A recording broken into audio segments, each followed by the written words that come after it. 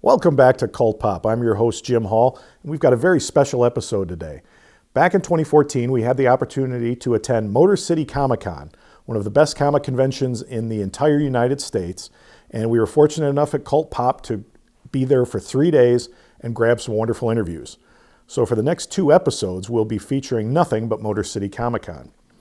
First up on today's episode, we're going to visit with some legends of both film and the comic book world. First, we're going to visit with Mr. Ernie Hudson. And Ernie Hudson, you know him from Ghostbusters, The Crow, and so many other wonderful movies. We're going to visit with Jason Momoa. You know him from the Game of Thrones. He's going to be Aqua Man. Wonderful actor, wonderful person, and a great guest on the show. And we're going to jump into the comic book world and visit with 2 comic book legends. Mr. Bill Sienkiewicz, a wonderful artist on such books as Moon Knight, New Mutants, hundreds of Marvel and DC titles throughout the years. Just an absolute legend in the comic world. And we're also going to meet with Billy Tucci. And Bill is a fantastic artist who has done so many wonderful books over the years for DC and Marvel and his own independent works. So let's jump right into the convention floor.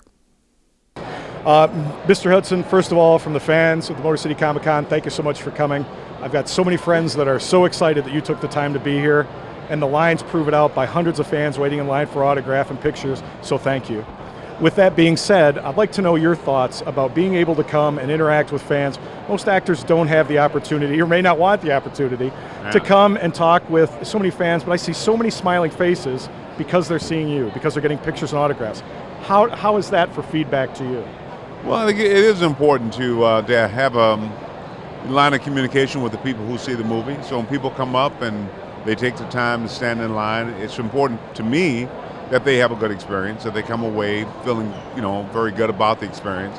But it's great. I mean, the support for, the work that I've done, I mean, it's amazing and very touching. I see people, spend a lot of money making their costumes and turning their cars into ectomobiles and making the backpacks, and that's a lot of dedication, and I don't take it lightly. I mean, I really appreciate it.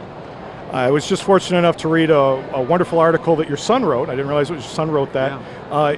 In regards to your time doing The Crow and from being from Wayne State and coming back, can you talk a little bit about some of the points you hit on there about a man who went to Wayne State, has seen the rise, the fall, and maybe the rise again of Detroit, but how The Crow in particular, how doing that movie, it's been such an iconic film, how maybe that makes you feel? Yeah, no, The Crow, this is a 20-year anniversary of The Crow, and I knew Brandon Lee maybe about 8 years before we did the movie. I loved working with him. He was a really, really nice young man. It's very unfortunate. A lot of people come up and express their condolences for Harold Ramis's passing, which is always, a sense of loss.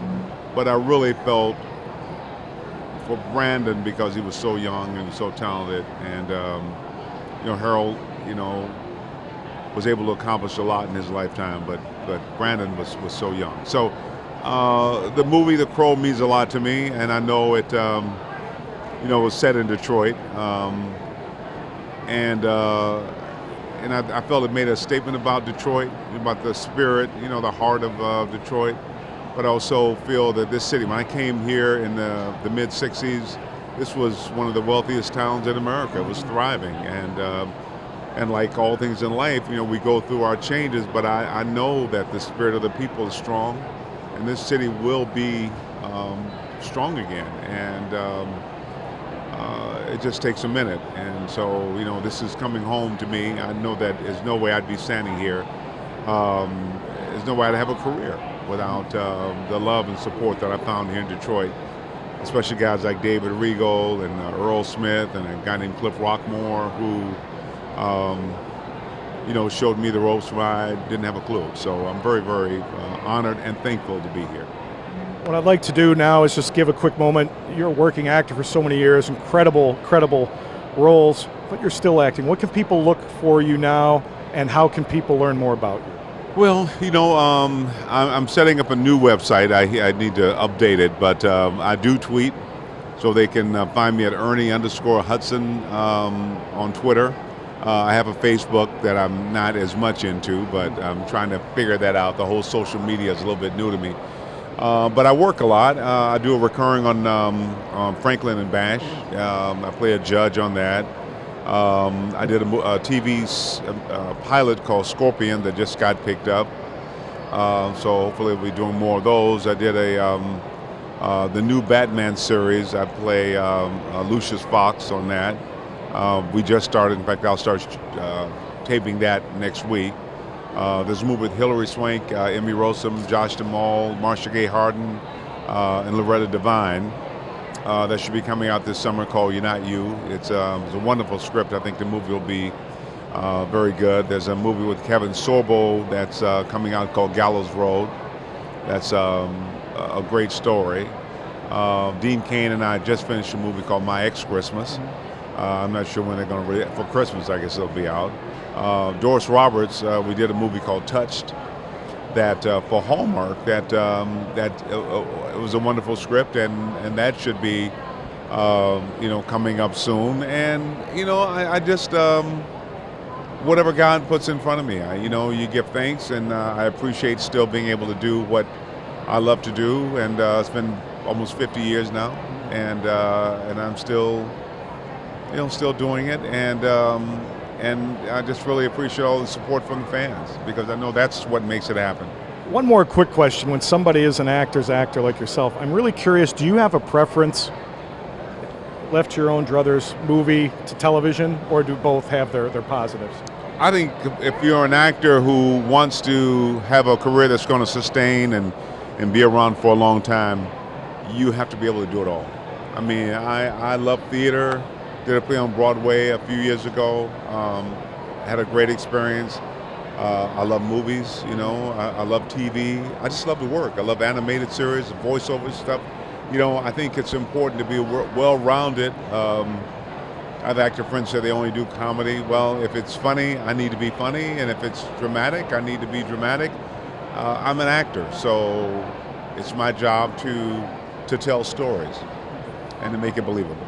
Well, sir, for the thousands of people who can't be here, there's thousands and thousands of people out there that can't thank you. Thank you for the thousands of hours of entertainment you've brought me and those people. Thank you very much. Thank you. I really appreciate you taking the time. Good talking to you. Thank you, sir. Good talking to you. Thank you.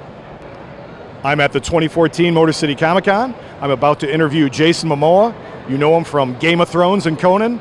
Here we go. With me now is Jason Momoa. You know him from such iconic shows as Game of Thrones, roles in Conan. The man is Conan. Sir, so happy to have you with me today. Tell me about your experience so far at Motor City Comicon 2014. It's been fantastic. I was an honor to come here because I actually really love Detroit. I was here about 2 years ago and was scouting to do a movie here, and it kind of fell through, but I fell in love with Detroit, so I was really excited to come back, and I had about 4 days beforehand, and just kind of hang out and go to some of my favorite restaurants. And I went to Slows and went to Two James, and just went to a bunch of places that I enjoy, and then met up with some friends, and then actually the movie, which we'll probably talk about later, they're my distribution company's here in Troy, so I got to go out there, and so I've been here for a while, and it's nice to. Because we travel so much, you don't get to meet. You're stuck at a table all the time, and then basically you go to the bar, and then you go to bed. So it was nice to go. Excellent. I'd like to talk a little bit about the interaction with fans. I was here yesterday trying to get with you, and there were literally 500 to 1,000 people throughout the day coming to see you with smiles from ear to ear. Yeah, it's great to be that loved. You know what I mean? It's an honor because you play these roles that you work really hard. Try to get the role like Drogo, and then you become your dream come true, and you study that, and then you have to say goodbye to that character, and it's always it's a lonely existence because you're just at work, and then when people watch it and they respond to it, then you're doing your job well, and appreciation is always nice. So it's great to come out and talk to the fans, and also into the next one, and then hopefully they follow you and enjoy you. If we could, quickly, I'd like to talk about Conan, because I thought you were magnificent in it. I was a big fan of it. Talk about playing such an iconic role. I mean, yeah, it was a huge honor, because I grew up with the comic books and the Robert E. Howard stories. And Frank Frazetta was I remember the moment I saw my first Frazetta painting, changed my life. And when I got Game of Thrones, and then obviously they brought up Conan to me, it was needless to say, I screamed like a little girl. And I mean, I was pretty happy when I got the role. So, and I wanted to make it like how Robert E. Howard wrote it, and you know, not that it was one of those things where it's like there's so many different fans, Robert E. Howard fans, Frank Frazetta, Arnold fans, and we had to make new fans. So it's a very delicate balance to make everyone happy and then also tread new territory. So, well, I think you did a magnificent job. I want to give you an opportunity to talk about a new movie you've got coming out. I understand you directed it. Tell me a little bit about Road to Paloma. How do you say that? Paloma. Road to Paloma. Yeah, I wrote it while I was in Game of Thrones with my friend who's in it with me, Robert, and we wrote it together. And I shot it with 7 of my friends. We shot it in 5 states. Literally did it for about $500,000, and it's we were inspired by some of these things. These loopholes that are happening on the reservation where non-natives can come on and commit a crime, and tribal law can't prosecute them. Well, if that crime happened to me, my wife, my mother, my kids, and the law didn't take care of it, what would I do? And that just responded to me like I haven't heard of anything that was happening in the U.S. like this. And just being a father and a grandson and a son or a husband, I would probably take revenge on that. And with that, you're going to lose your life, or you're going to go to jail, or you're going to be on the run. And the whole movie is not about that action. It's about 6 months later, and it's kind of a man saying goodbye to his life. And he's he's going back to get his mom's ashes, and her name is Paloma. Take her back. And I play a tribal member, and from the Mojave. And he's taking her ashes back to where life began for his tribe. And at the same time, FBI agents are following him and tracking him down. And it's a bit of just doling out his soul, and saying goodbye to his life. And I wanted to make a road movie, so. Excellent. Yeah, that comes out July 15th. You'd be able to see it here. It's on video on demand and on DVD. But July 11th, we'll have it in LA and New York. For fans that want to learn more about that film and learn more about you, Jason, where should we go? Websites, Facebook, etc. We have a website, Road to Paloma, so you can learn more about the law that's happening and then see the trailers. We have a couple trailers out now, and then another one's going to be released in mid-June. And I'm on Instagram, so my company's called Pride of Gypsies, and you can check it out on Instagram, and that's my official. Yeah. Brother, I know you've already got 100 people waiting for you now. Thanks for taking the time. Good morning. Thank you very much. Thank you. Take care. With me now is artist extraordinaire Bill Sienkiewicz. You know him from such wonderful books as Moon Knight, The New Mutants. Wonderful covers of every comic character there is. Bill's done it. Bill, thanks so much for being on with us today. I'd like to first start out talking about, at Motor City Comicon 2014, you've had hundreds, if not thousands of people come through your table in the past 2 days. What is the fan interaction like for you? Well, it's actually a really wonderful chance to actually meet people who read them or who've seen my work, because most of the work that I do is in a kind of a relatively isolated environment. So, and usually around 3 o'clock in the morning I'm working. So to actually meet people and get a chance to talk to them and get feedback, and it's just a real wonderful human interaction. For all of the wonderful things that they're saying about social media online, still nothing comes close to physical proximity. I can think of 2 stories just while I was waiting to kind of meet you and get to talk to you to line this up. A couple of ladies came up, a couple of gentlemen, just smiles, ear to ear, having to have pictures, buying stuff from you. Where, kind of let the fans at home know how that is when you get the good, positive interaction where people are just sharing, you're my favorite artist, your book changed my life, that kind of stuff. There's really just no way to describe it. It's just, it's just wonderful. It's actually, not one of those things you thought about when you're 5 years old, thinking that about drawing comic books. It's just like an extra bonus, actually meeting people who actually appreciate what you do, and there's just no way to take that. You can't take that for granted. It's just absolutely wonderful, and people are just so sweet and really, You're the perfect person to ask my next question. I've been asking a lot of the artists and writers who have worked on comics that have been transitioned into movies. Now, you've done a lot of work in the movie business with posters and storyboarding and all types of stuff. What are your thoughts about the popularity that has brought? There's always been a huge comic book fan base, and the fans, and now we get this pop culture phenomenon, and people see the movies. What's your thoughts on the two crossing over like they have in the past 20 years? I think it's actually been only a matter of time. I think what it took the digital revolution to actually make it so.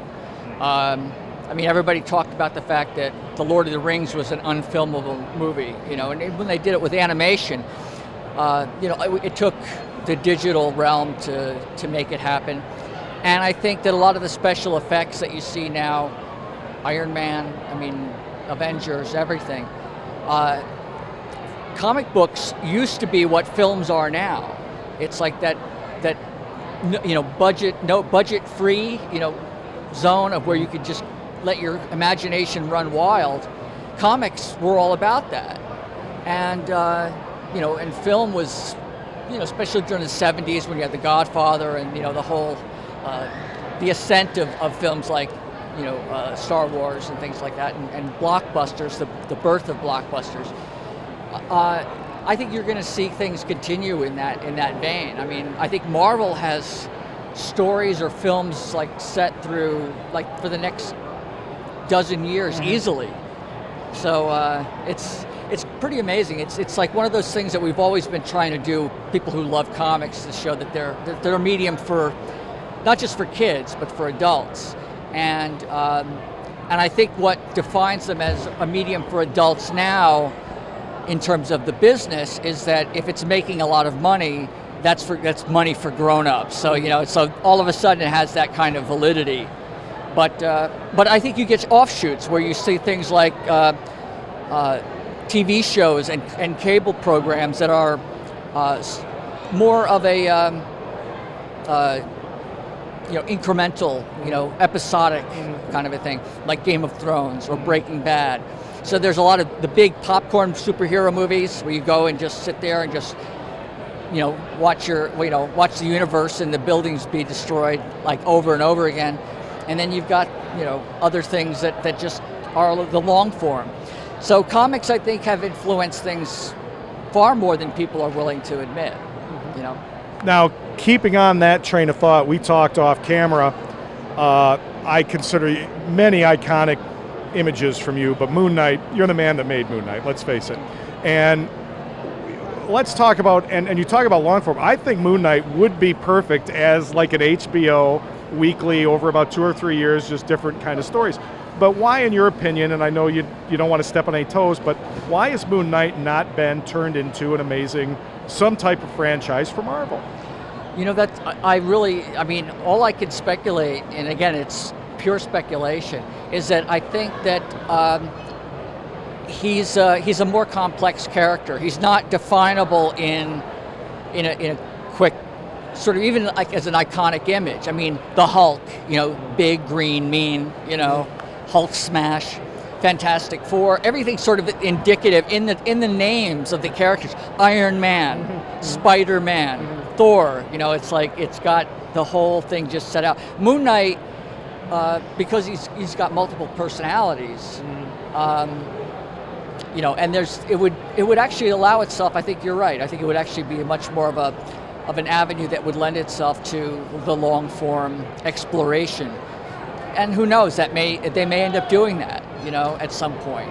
I don't think Marvel and Disney are done with their global domination yet. So, Staying with that, and then we'll get to the information on how people can reach you and do commissions and buy prints and such. But once again, talking about your iconic images, Elektra comes to mind. And I'm wondering, do you have thoughts of like a proud papa when you saw her, come to screen, Elektra came to screen? Well, it's again, talk about not wanting to step on any toes.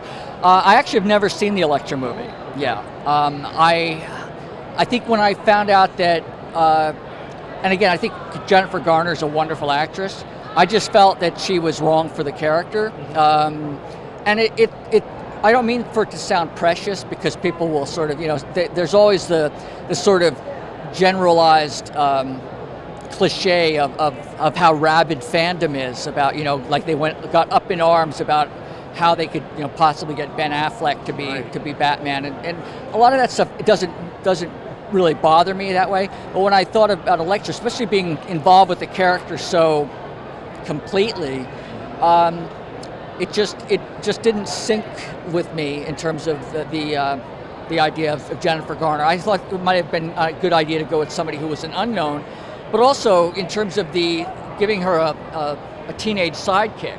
To me, the character is a tragic figure and is not a superhero. She shouldn't have a teenage sidekick. She's not. She's much more of a Walter White kind of a character than a figure that will continue to have positive impact.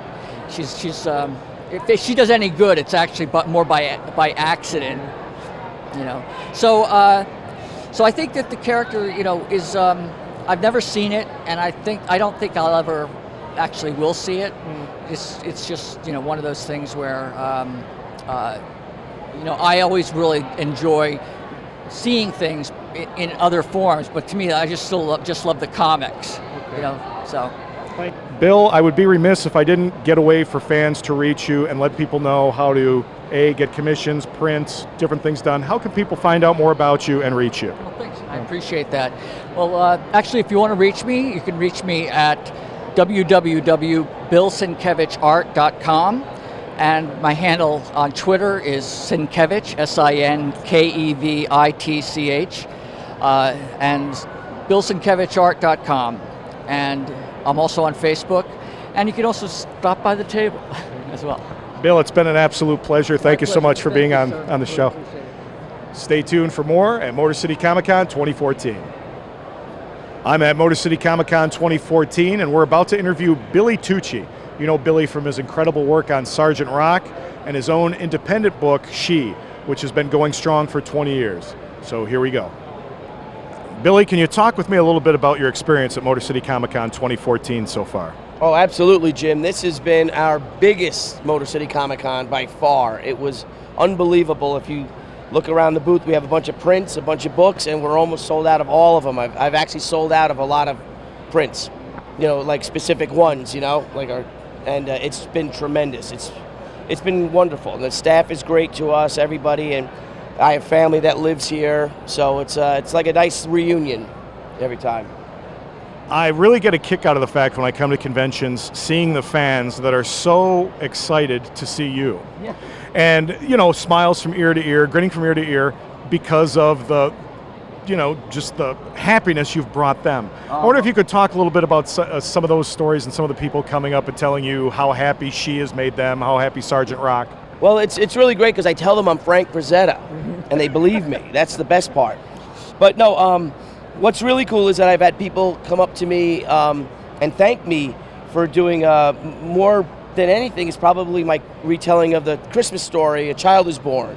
And it seems that the industry's been lacking, or the audience has been wanting a really good high-quality book that's on that grandmothers are buying for their grandchildren, and people are buying them for schools and things like that, and that's been really positive. And also another great one that I get so much out of is the Sergeant Rock Lost Battalion story I did, that because it really was almost like a documentary, because it was real. There were real characters involved in it, and we told the point of view from Sergeant Rock of an actual battle, and all the events in the book actually happened. So a lot of veterans, families, things like that have come up. So it's been an incredibly rewarding experience for me. Well, that's really something I wanted to bring up is you and I are friends on Facebook, and I am so impressed with your support of veterans groups. You're always writing about stuff like that, and a lot of any events going on, you're letting people know about it. And I want you to let people know about the work you're doing with veterans groups and how you bring so much attention to the veterans and the fine heroes of World War II. Yeah, I try, especially, all the veterans, I'm a huge fan of. I'm a veteran myself, but, nothing like, the war fighters, the guys that, going from today, the Afghanistan veterans, Iraqi veterans, the war on terror veterans, of what they've had to go through, but also been focusing a lot to try on the World War II veterans, because we're losing like 1,200 a day. And just the sacrifice they did, and the youth, sacrificed their youth, and how the whole nation was behind this war. And, they really, deserve their due. You know, they weren't treated for post-traumatic stress disorder or anything like that. And they were basically sent back into the world to get jobs and go back to college or go to school, raise families, you know, things like that. So, I mean, they're my heroes. So it's been a great honor to work with them. And I work very closely with an association called VetTix. And what VetTix is that it's a nonprofit organization that raises money to supply tickets to baseball games. I mean, great seats, you know, baseball games, football games, all sporting events, shows, movies, things like that for veterans.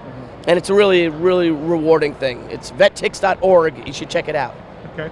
And I'd be remiss if I didn't let you talk a little bit on She. You're going strong for all these years, and you're kind of one of the titans of the independent, getting your own book out, owning your own stuff, and it's still going strong after all these years. Talk a little bit about She, and yeah, I mean, well, that's, you know, what a, sorry, no problem. That's you know, this has been a great honor for me, how these people embrace my little book, and it's been 20 years now. This is our 20th anniversary.